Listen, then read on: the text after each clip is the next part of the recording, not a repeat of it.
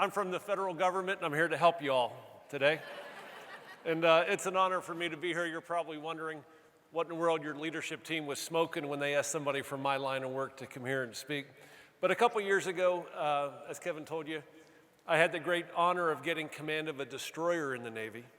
And at the time, we weren't quite the worst ship in the Pacific Fleet, but we were probably third or fourth from the bottom. We had one of the highest accident rates of any ship in the Navy.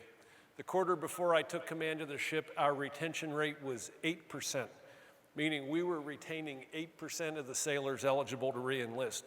And when you think of the military, you may think, oh, you can order your people around, and you know what, I can, but I can't order them to stay. And my sailors are volunteers, just like your customers are volunteers. And I realized I'm gonna have to give them a reason why they should wanna stay, why they should wanna come to work every day and be passionate and motivated about what they signed up for.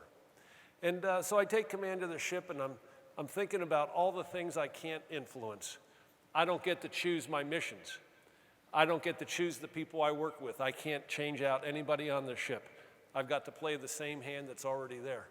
And I have zero input into the budget that's given to carry out our mission. And I'm thinking, this is it. It's the end of the line for me. I'm never getting promoted again. I'm not smart enough to turn this ship around. I graduated in the top 80% of my class at the Naval Academy. And one day I decided, you know what, I'm gonna stop obsessing over all the things I can't influence. And instead I'm gonna spend my days obsessing over the things that I can. And I realized the one variable that I can influence was the crew, to get them to start working together better as a team. The way a ship is organized, we have 5 departments on the ship, and historically they're operated as independent silos, and we weren't supporting each other properly. A lot of times we were pointing fingers at each other. And so what I decided to do was to figure out a way to better integrate the 5 departments on the ship and get the crew to understand it's in our own best interest to work together better as a team. It doesn't pay to be near the bottom of our industry.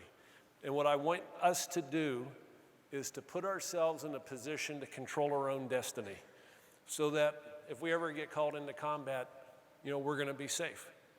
And so what happened by focusing only on my crew, communicating to them where we're headed and why it's in their own best interest, giving them the training necessary to be successful. But at the end of the day, I also listened to them. I interviewed every sailor on the ship, all 310 of them.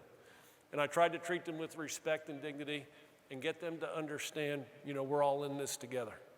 And what happened was, in 15 months, the same crew that was performing near the bottom was awarded the Spokane Trophy. It was an award started in 1908 by President Theodore Roosevelt, given annually to the best ship in the Pacific Fleet.